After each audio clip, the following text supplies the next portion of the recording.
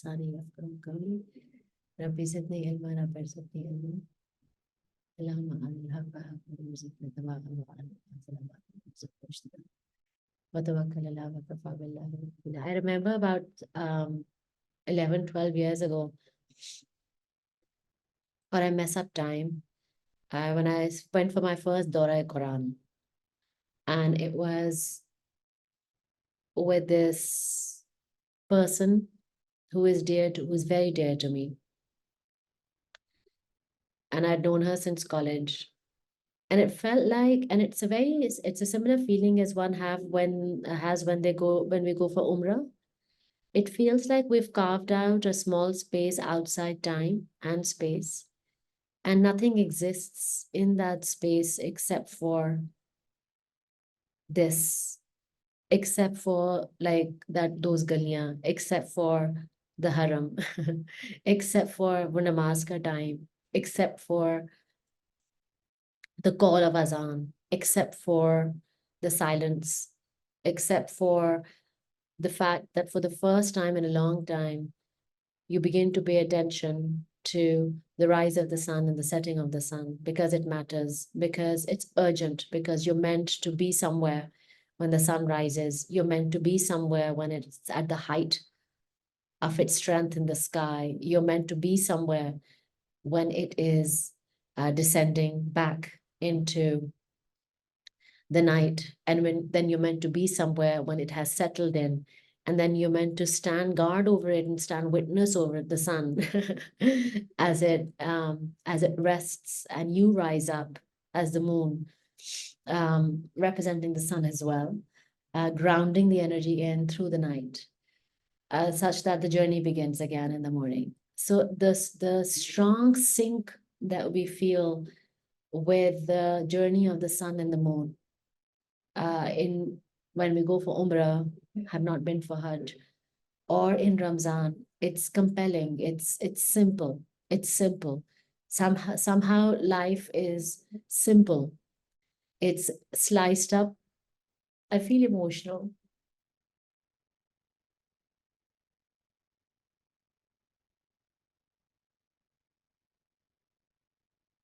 It's sliced up like little pieces of bread, like neat little slices of bread. And it's simple. Each slice is synced to a certain position that the sun is in the sky. Uh, you are deeply aware in Ramzan. One is deeply aware of why we are here. We're deeply aware of our journey. We're deeply aware of the fact that whatever we've been doing outside this magical portal is not working for us. We're deeply aware, and that comes more to life when we bring into awareness the deep rest that we feel during our ibadah, whatever form of ibadah it is in Ramzan. There's a deep sense of rest and like this dropping down of anchors that we feel in Ramzan, which tells us that whatever we're doing outside it's heavy, and that it's unrest.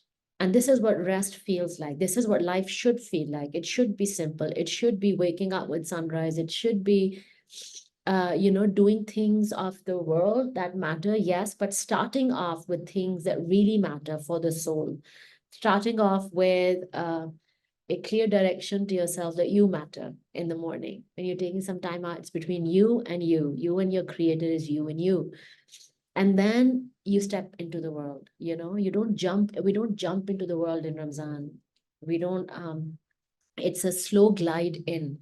And it starts off with really spending time with who we are and where we come from, which is Sehri, or which is Fajr, or it is just, even if it is not, even if we don't fast, even if we've just woken up, even if we've not woken up for Fajr, in Ramzan, somehow we still being able to carve out those 5 or 10 minutes before we get out of bed to say our favorite duas or to remember our creator in the best way, in the most loving way, in the most deep way that we can.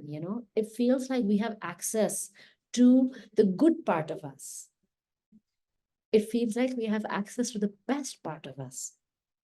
It feels like things that did not feel possible can be done. Like the fact, for me, the fact that I could literally hold back my biting remarks 2 or 3 times I can recall.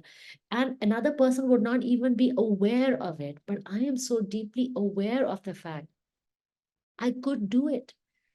And it's not like there were any witnesses, and it's not a big event, but it is so big for me. I could do it. I had access to the strongest, deeper, most beautiful part of me. I have access to it. And a few people have spoken of how there's a sense of sadness of Ramzan, of us exiting, or what, Ramzan, how do I say it? Of the portal releasing us back. It's like we were in a womb and now we're being released back into the world. And that's nice. It's nice, which is like, of course, Ramzan is a sacred month and it's beautiful and it has a super high vibrational, powerful energy. But it's meant to be here to hold space for us to activate our own 365, 364 days a year, super potent high vibration energy. It is the best training ground that we have, that we can activate our access to the best portion of ourselves for the rest of the year. So Ramzan in itself only exists to activate us into our highest potential by reminding us that it is possible for us. And the it is possible for us is a reminder that we have not received from our closest, nearest, and dearest ones, our loved ones who have given up on us, whether it is our addictions, whether it is our lifestyle choices, the way that we speak, the way that we behave, the volume of our voice, the way that we walk, deeper addictions, deeper predilections. For a long time, and it feels like that our loved ones had given up on us. I'm saying, and we hear that if that's a condition, if you've done it once or twice or thrice, it feels like there is an inner clock that people put into action, which is legitimate, which is valid. An inner clock that people put into action saying कि अच्छा अब 6वीं और 7वीं दफा हो चुका है, अब तो ये नहीं change हो सकता. After a certain age, you cannot change. After a certain number of times of cheating or lying or stealing, you can't change. After a certain kind, I don't know, there's a clock that's running somewhere in the human world. And that clock is valid because that clock helps protect the people that we have hurt through our choices and through our things that um, that have been our shadows. We've hurt people through them, so it's valid for them. But I feel like Ramzan comes in almost as this big intercession, like this big intermediary. Bhi nahi, it's almost like a rude, like interruption. उसे क्या कहते हैं when two people are fighting? This is I'm losing words very quickly. Intercession, I will intercede. So it feels like this rude interruption, quite frankly, from our routine everyday life. And the rude interruption has one message which says, it is possible for you. Or for some of us who really need to hear it, it is still possible for you. And we feel that in Ramzan, it is still possible for you without the existence of a single other human voice that is echoing it. It is solely a feeling, that a knowing that we get. And that knowing may be, for example, for me, the knowing may be, I love nicotine and I don't miss it in Ramzan. I just don't miss it. I'm flowing in it. So it is possible. And I know, and we all know what any kind of dependency or addiction, what it symbolizes and why it is there to begin with. It is always there to hide a deeper pain and to help us through a deeper pain. And for me, the deepest pain that I've wanted to hide for as long as I remember is this deep sense of absolute loneliness. from when I was a very, very little girl, like absolute loneliness. Because ऊपर इतना ज़्यादा trauma था कि I just went deeper and deeper and deeper until I found myself digging a hole, or like finding a hole for myself that I didn't feel for a long time anybody would ever be able to find me there. And so this, I will not, like the fact that I will be here alone felt like a fact to me. And I tried to unfact this fact by getting into dysfunctional relationships, by choosing extremely wounded partners, by choosing extremely wounded workspaces and friend circles, somehow to unfact this fact. But of course, as is the nature of unfacting facts, the more you want to unfact facts, the more they fact themselves. Because essentially you are looking to, it's a confirmation bias. So you're looking to heal through other people's wounds. And what you end up doing is you end up, because you have a strong wound within yourself, as you reach out to other people, you end up triggering their wound, and they end up triggering yours, and becomes an extremely toxic mutual wound trigger relationship, which is the nature of most of our relationships now, unfortunately. So I'd given up on the fact that I'd ever be seen. And so there's great power in then stepping away from those ruined relationships. But then the feeling that, okay, when I don't even have this, then means I'm absolutely alone. And I remember in the past, there was a Ramzan in Malaysia. It was smack in the middle of COVID. I'd shifted there with my children, and I'd never been away from my family. No matter what the quality of that family, it was still family. It was still a support system. And it was terrifying for me to be there with my two children and to not be able to go back because the borders were very, very strongly closed. It was the most stringent quarantine ever. And I spent Ramzan there. And it was, I feel like, the first time in a very, very long time that I did not feel alone. And not just because there was, me and Allah, and there was a spiritual activation, which it was, all of it is true. But then Allah sent such beautiful people, people not of my faith, people not of my culture, people not of my religion, to show me that the hole that I feel that I'm living in is not that lonely after all. And that there are other people who have been created solely to remind me, and all of this happened in Ramzan, solely to remind me that it is possible for me to have beautiful, supportive relationships which don't hurt and which I don't hurt either. So it is possible for me, was the first receiving I had in that Ramzan. It is possible for me to be in healthy relationships. And that is when I found such beautiful people as yourself, began to find that then at that time. And it is now in this Ramzan, for me, again, the same circle has come back, which is because nicotine helped me hide that loneliness. Because when I would light up a cigarette in my hole alone, it didn't feel as lonely. It still felt like I had some sense of control, some sense of power in lighting up that cigarette. And and so I understand that what nicotine hides for me is loneliness. And I really appreciate the fact that in this Ramzan, I don't crave it as much as I used to during fasting. And I really appreciate, alhamdulillah, the fact that that means that it is even more possible for me to not feel and not carry this deep sense of loneliness within me. So it is possible for me. On the outside, there's not a single person who has said these words. But as it begins to feel possible for me, people who prove it to me begin to show up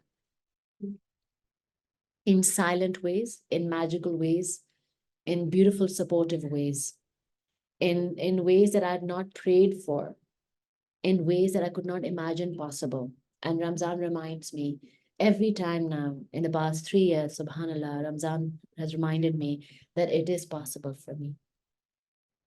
And that's all it can do, because it can't stay with you. This energy can't stay with you, and it's not meant to.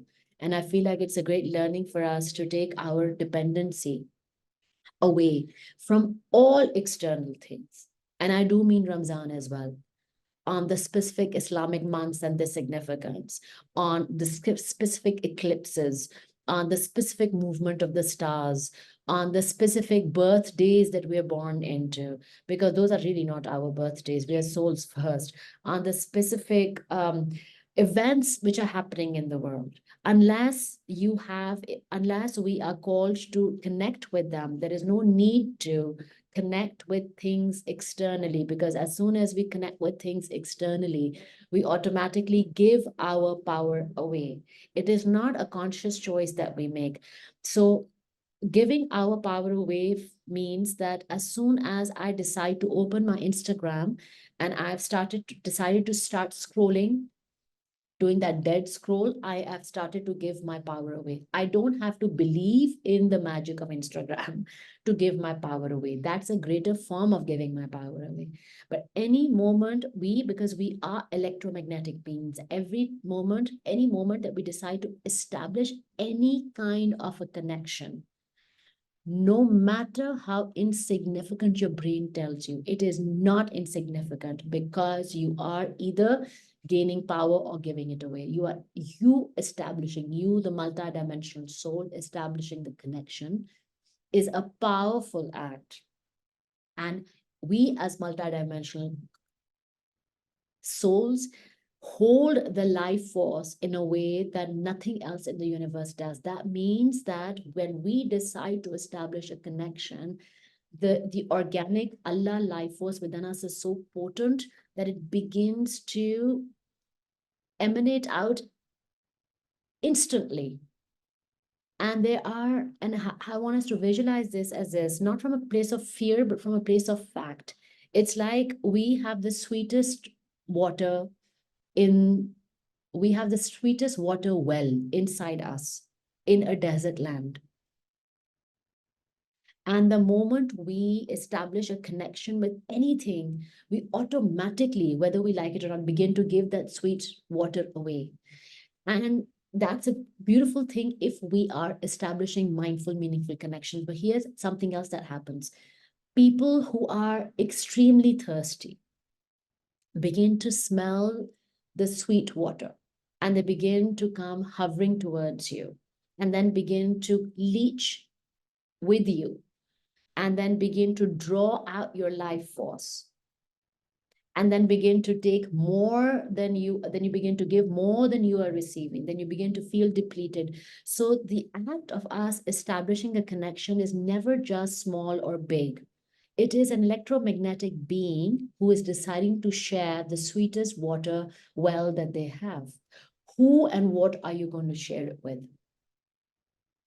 And in moments where, because of course, we are creatures of habit as well, and we have a lifetime of unlearning to do, probably and definitely, in fact, till our last breath. So when we find ourselves being drawn to those connections, even if it is something as simple as Instagram scrolling, then we have two choices here. Either when we find ourselves doing that, we disconnect immediately and shift to a new connection that works for us, whether it's zikr or contemplating or just tuning into the bird song outside, or just a moment of gratitude, or there's another way, curating your connection which was supposed to be harmful for you to one that becomes to be of benefit to you.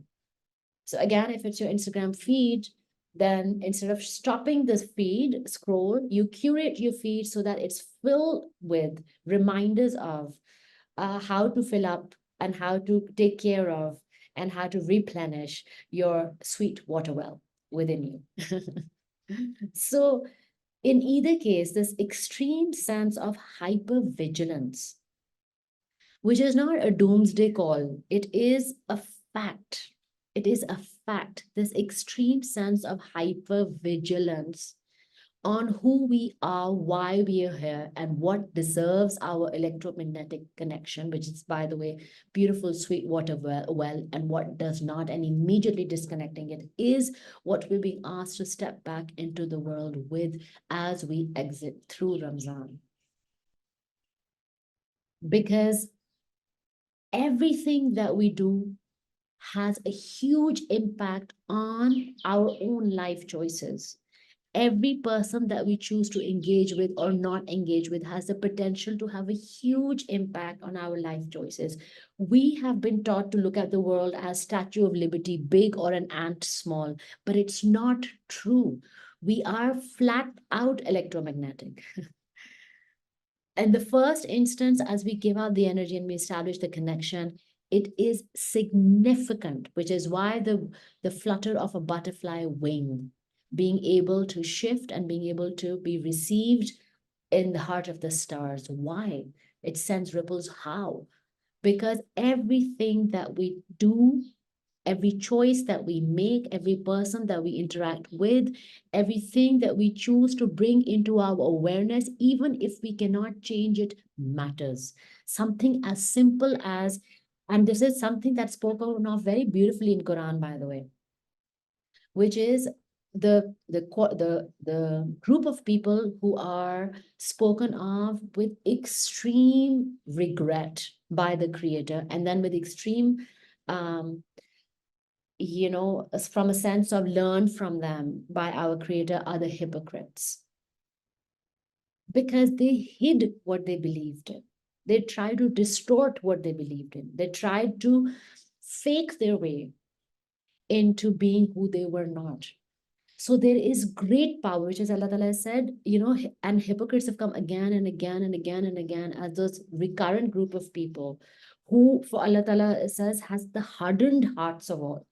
They have very little choice of a way back to Allah. But the reason why this is so important, the fact that, and again, Allah Ta'ala said, ki, even if, you can't follow something that I'm telling you to do in my Quran, say that you can't follow it. Don't try to, don't try to change it. Don't try to make it untrue. Don't fight with it. Accept the fact that you can't do it. Don't fight with it, which is exactly what the quality of hypocrites, like an extreme quality would that be when you can't do what Allah is asking you to do. You pretend as if you shouldn't have to do it, in fact that it's not even true, therefore all of this is a joke, therefore it's not even true for anyone. So then you're actually rejecting haq. So there's great power in really leaning into our shadows. Great power. Yes, I'm an addict. Yes, I lie.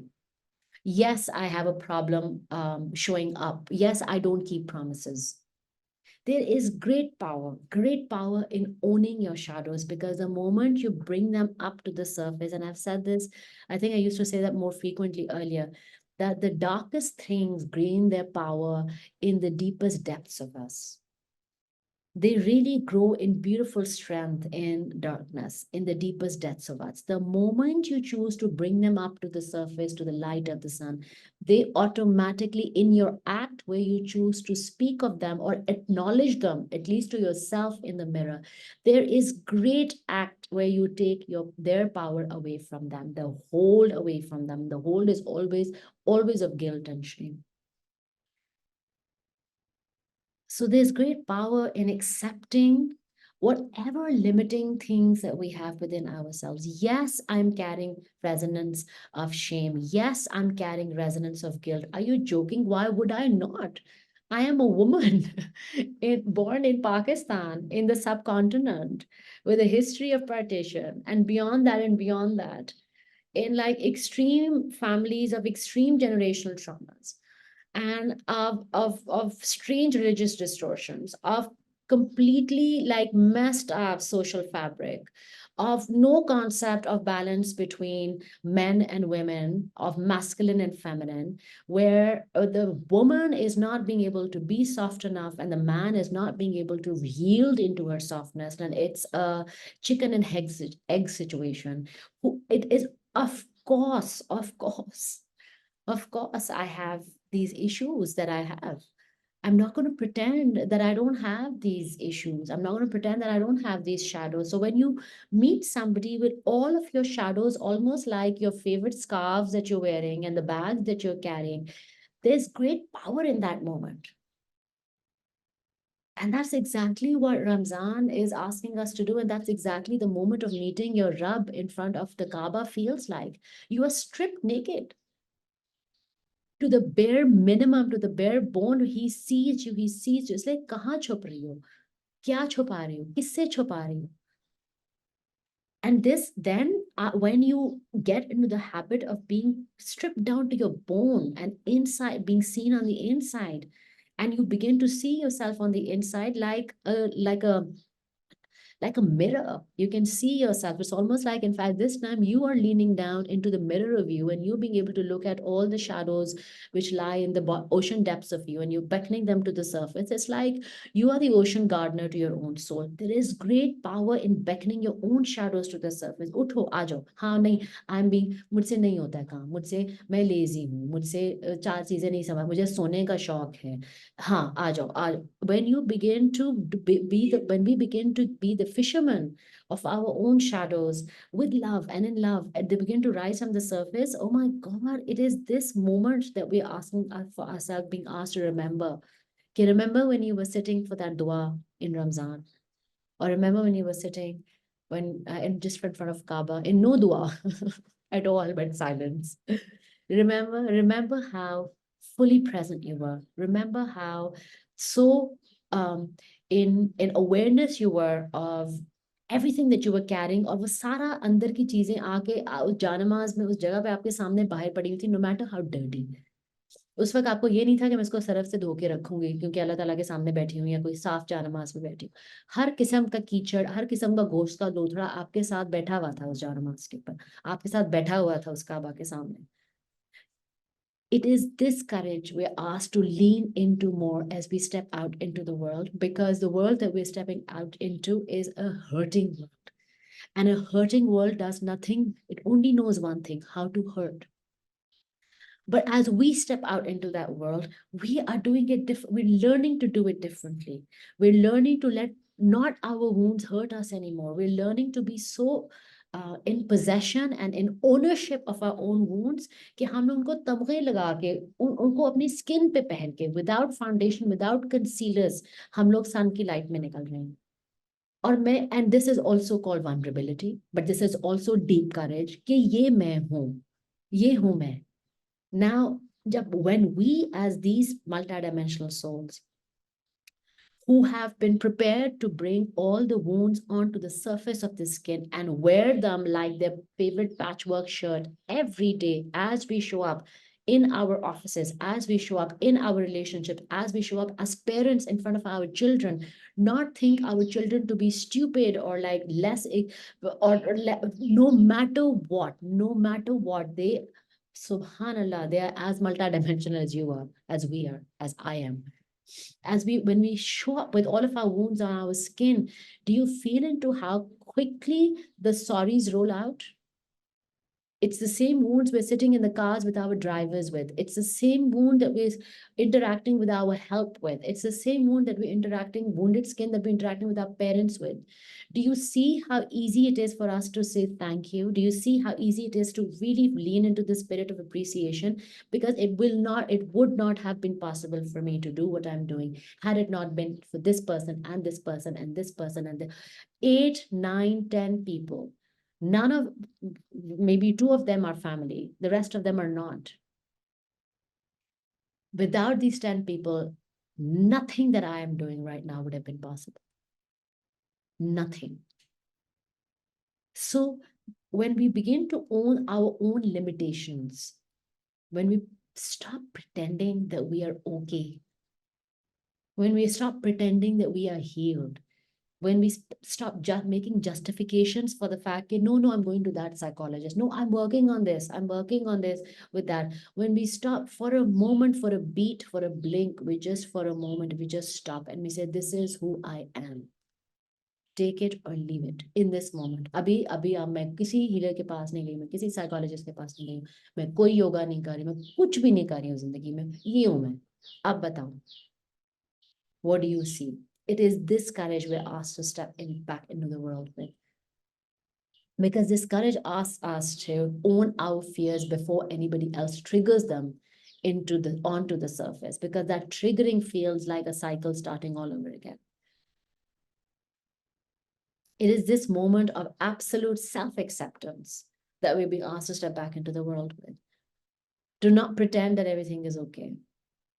And for a minute, not seek help. For a minute, just sit with the fact and see who else sits with you in how the perceived brokenness of you, whatever, but the valid feeling of it for you. I'm not saying it's not valid. Just because I'm perceiving it as to be perceived does not mean that it's not real. Of course, it is real for you. Let's see who else sits there with you. Those are your people. Those are your people. When even as a person who has been through, oh my God, such an extraordinary spiritual journey, when you are screaming that I can't do this anymore and I want to die, see who else sits there with you. It is this courage that we ask to step back into the world with and to stop pretending that we're okay, because we're not okay, because the world is not okay. And because the world needs people who are very clear about the fact that they're not okay. Because isn't this whole farce of, oh, everything is okay and beautiful coming off with the whole Palestine-Israel conflict anyway? This all farces of all nature are being unveiled through this one. It's not even a conflict, through this atrocity, through this massacre. This is what this is being unveiled. Nothing is okay. These pretty silk woven carpets and these tapestries that we've hung on the walls pretending everything okay is not working anymore. And so what are we asked to do? To be super aware of the fact that we matter. When no other voice in this whole universe is telling you you matter, you know you matter. You show up as you matter.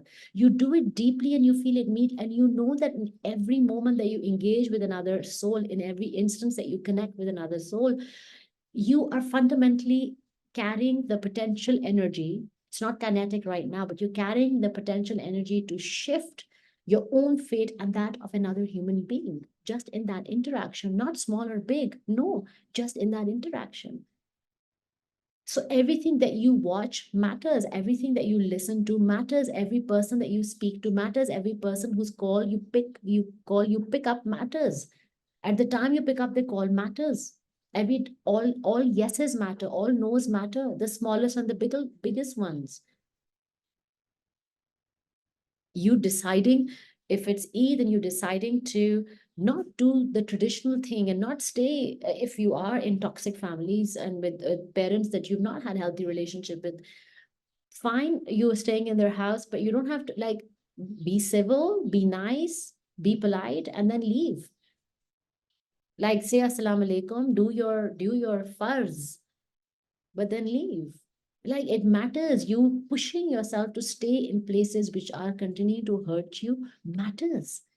Whether it's either or not, that does not matter. This willingness to show up at important events to be heard, this sends a clear signal to the universe.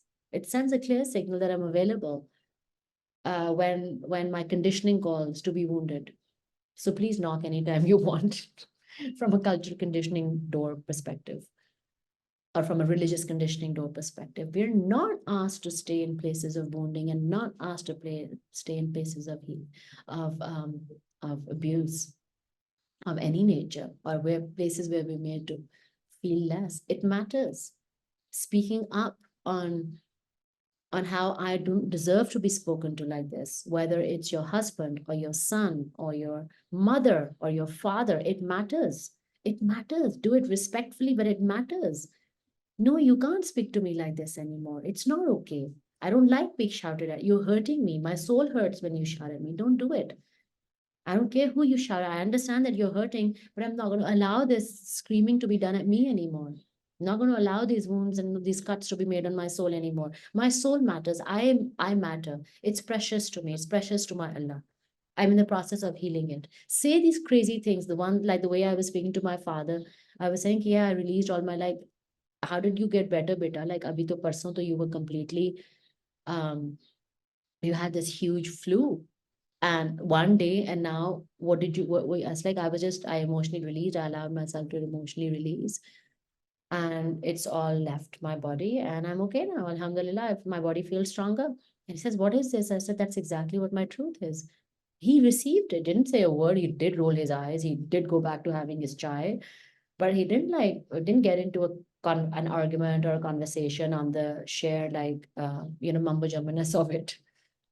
And he's an electrical engineer again, like very, very logical, like all our parents are, who don't understand what energy healing is, have no idea what we're doing, who actually, and it's been said to me, everybody who comes to you must be people who are like, I don't know, don't they understand who they are, who you are? I said, I'm sure they do.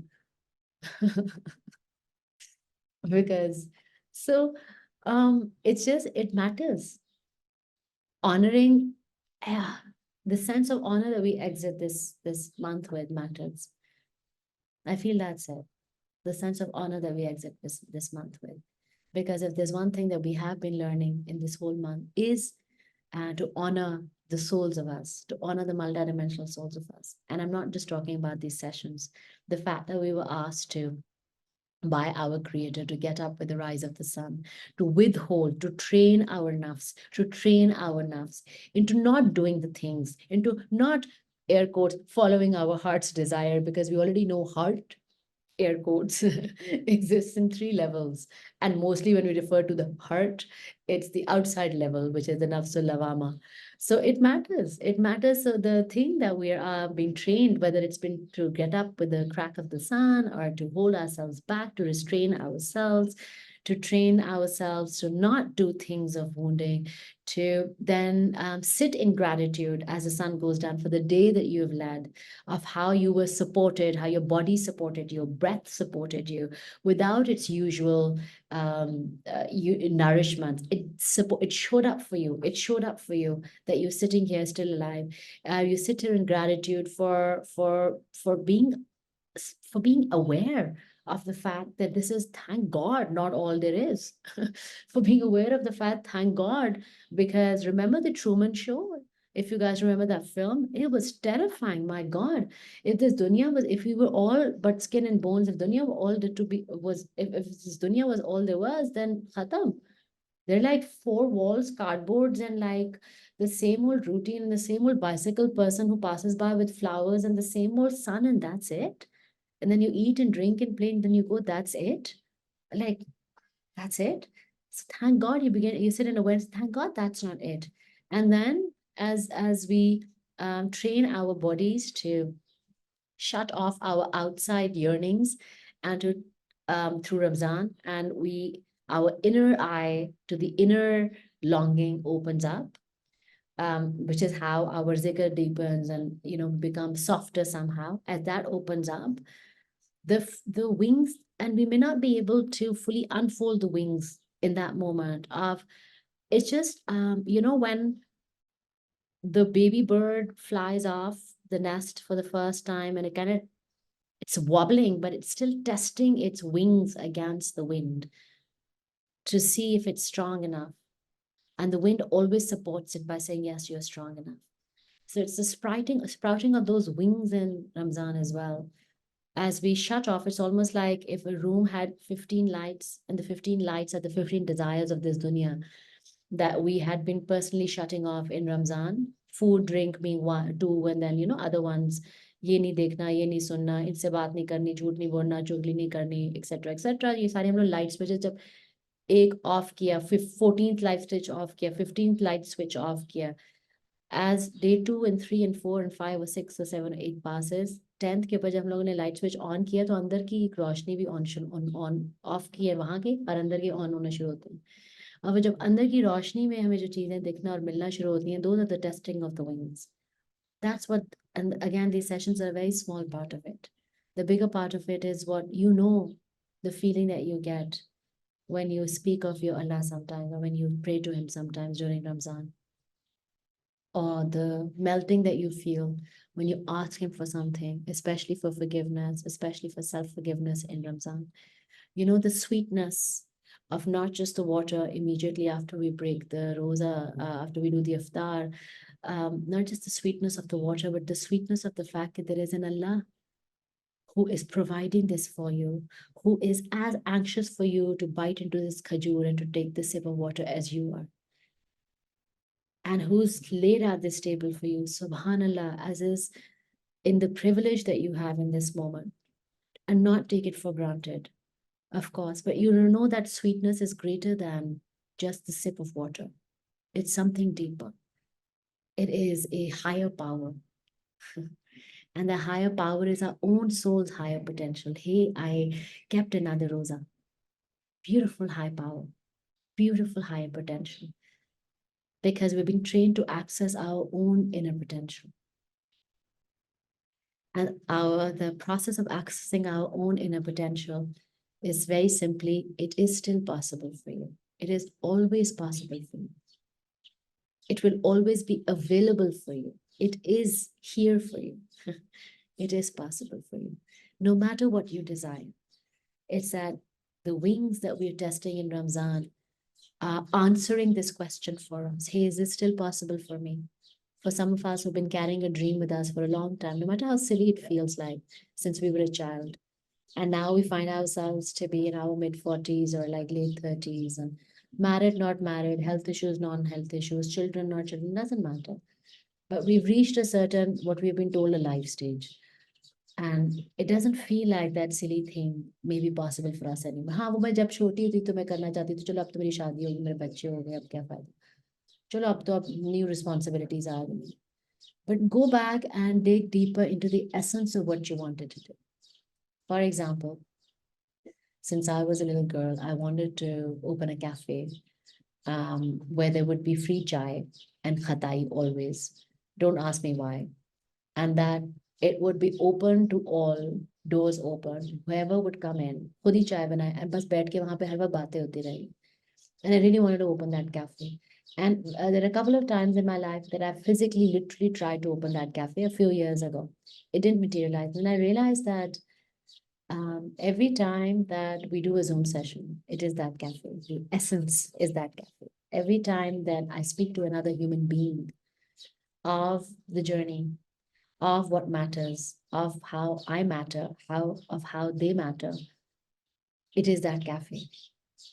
I realize that every time that I sit in silence in the evening, in the peace of my home, which has not known peace ever, ever. It's been through wars I cannot speak of. The stories those walls could tell, subhanallah. And in the same wall, when I sit in silence and in peace with my daughter quietly playing and my son upstairs, it is that cafe. So essentially what I was reaching for when I said I want my cafe is that I wanted a moment, I wanted a safe space where I could meet other people who also were looking for a safe space, and we could all like be safe spaces for each other, and we could all then inspire each other, and then we could all grow wings together, and then we could all stand witness to each other's wings, and we could all talk about, oh my God, your wings are blue luminescent, and the other one's like, oh my God, you sparkle a little, yours are super matte. Like we could have like beautiful deep conversations about the wings that nobody else could see, but we could. And each time we connect, us here, us anywhere, it is that cafe. So go into the heart of what you wanted to do when you were a little girl or a little boy. Feel for the essence of it.